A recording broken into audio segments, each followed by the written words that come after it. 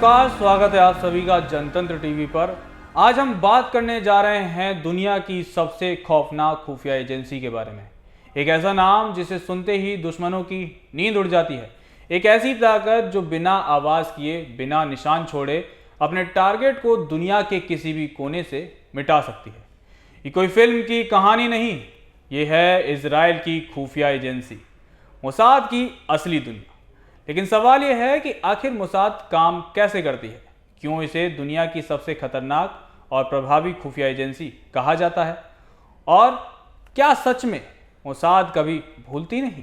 आज इस वीडियो में हम आपको दिखाएंगे मोसाद की वो सच्चाई जो किसी जासूसी फिल्म से भी ज़्यादा खतरनाक, ज़्यादा रहस्यमयी और ज़्यादा चौंकाने वाली है।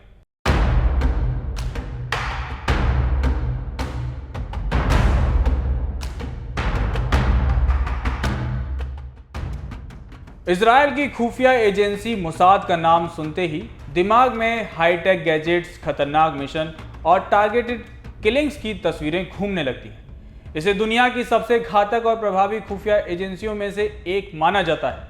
लेकिन आखिर मोसाद काम कैसे करती है और इसका इतिहास क्या है, तो चलिए एक एक करके एग्जाम्पल से समझते हैं। तो जरा आप कल्पना कीजिए, आप एक खूंखार आतंकी हैं। आपने अपनी पहचान बदल ली है।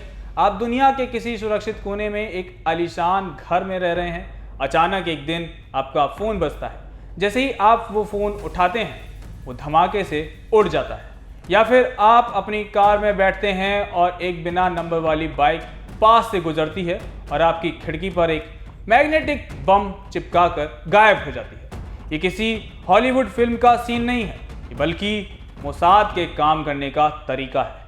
1949 में जब इजराइल अभी घुटनों पर चलना सीख रहा था, तब उसने एक ऐसी आंख तैयार की जिसे दुनिया आज मोसाद के नाम से जानती है। इसका मकसद साफ था कि दुनिया के किसी भी कोने में अगर इजराइल के खिलाफ साजिश रची गई तो उसे वहीं दफ कर दिया जाएगा।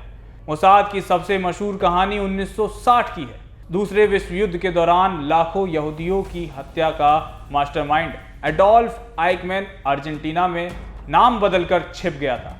मोसाद के एजेंटों ने उसे पहचाना, बीच सड़क से उसे किडनैप किया और नशे की दवा देकर एक बीमार क्रू मेंबर की तरह फ्लाइट में बिठाकर इजराइल ले आए। पूरी दुनिया देखती रह गई और आइकमैन को उसके किए की सजा मिली। यह ऑपरेशन मोसाद के कभी ना हारने वाले जज्बे का प्रतीक बन गया। 1972 के म्यूनिक ओलंपिक में फिलिस्तीनी आतंकियों ने इजरायली एथलीटों को मार डाला। इजराइल की तत्कालीन प्रधानमंत्री गोल्डा मेयर ने सिर्फ एक आदेश दिया, उन सब को ढूंढो और खत्म करो। अगले 20 सालों तक मोसाद के एजेंटों ने यूरोप के अलग अलग शहरों में उन आतंकियों को ढूंढा। किसी को उनके बिस्तर के नीचे बम लगाकर उड़ाया गया तो किसी को सरेआम गोलियों से भून दिया गया। इस मिशन का नाम था ऑपरेशन रैथ ऑफ गॉड, मतलब ईश्वर का कहर। मोसाद के भीतर एक छोटा सा ग्रुप है जिसे किडोन कहा जाता है। हिंदी भाषा में इसका मतलब होता है खंजर की नोक। ये वो जासूस हैं जिन्हें मारने की ट्रेनिंग दी जाती है। ये लोग किसी भी देश में आ सकते हैं, एक प्रेमी जोड़ा, एक टूरिस्ट या यहाँ तक कि एक डॉक्टर के रूप में भी। इनकी खामोशी ही इनका सबसे बड़ा हथियार है।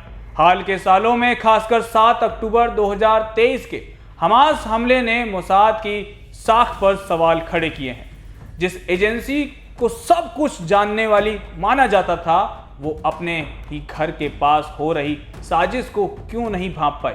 ये विफलता आज भी दुनिया भर के रक्षा विशेषज्ञों के लिए एक रहस्य बनी हुई है। लेकिन जैसा कि इजराइल में कहा जाता है, मोसाद कभी भूलती नहीं है। हमास के साथ चल रही जंग और लेबनान में हालिया पेजर धमाकों ने एक बार फिर साबित किया है कि मोसाद के पास ऐसे तरीके हैं जिनके बारे में आम इंसान सोच भी नहीं सकता। ईरान के साथ जो हुआ है वो किसी से छिपा नहीं है। मोसाद का एक ही लक्ष्य होता है, अपने टारगेट को मिट्टी में मिला देना। मोसाद की दुनिया नैतिकता और कानून के बीच की धुंधली लकीर पर चलती है। उनके लिए ना कोई बॉर्डर है, ना कोई नियम। उनका सिर्फ एक ही कानून है, इजराइल के दुश्मन से सिर्फ और सिर्फ इजराइल की सुरक्षा। यानी मोसाद एक ऐसी परछाई का नाम है जो दिखती नहीं, लेकिन हर जगह मौजूद होती है। दुनिया के लिए मोसाद रहस्य है, दुश्मनों के लिए डर है और इजराइल के लिए जीवन और अस्तित्व की गारंटी। कभी फोन कॉल में छिपा धमाका, कभी पहचान बदलकर किया गया अपहरण, तो कभी सालों तक इंतजार के बाद लिया गया सटीक बदला। मोसाद की कहानी हमें बताती है कि जासूसी की दुनिया में ना दोस्त स्थायी होते हैं ना दुश्मन। स्थायी होता है तो सिर्फ मिशन। लेकिन इस ताकत के साथ एक सवाल हमेशा जिंदा रहता है कि क्या सुरक्षा के नाम पर हर हद पार करना सही है? क्या टारगेट तक पहुंचने का हर तरीका जायज़ है? और क्या मोसाद सच में सब कुछ जानती है, या इसके भी कुछ राज ऐसे हैं जो हमेशा अंधेरे में ही रहेंगे? फिलहाल इतना तो तय है कि दुनिया बदलती रहेगी, दुश्मन बदलते रहेंगे, लेकिन अगर कोई इजराइल की तरफ आंख उठाएगा तो कहीं ना कहीं किसी ना किसी साए में मोसाद उसका इंतजार कर रही होगी। बहरहाल आपका इजराइल की इस खतरनाक एजेंसी के बारे में क्या कुछ कहना है, हमें अपनी राय हमें कमेंट सेक्शन में ज़रूर बताएं। कैमरे के पीछे मिनाज है, मेरा नाम तरुण है। जनतंत्र टीवी पर खबरों का सिलसिला यूं ही जारी रहेगा। नमस्कार।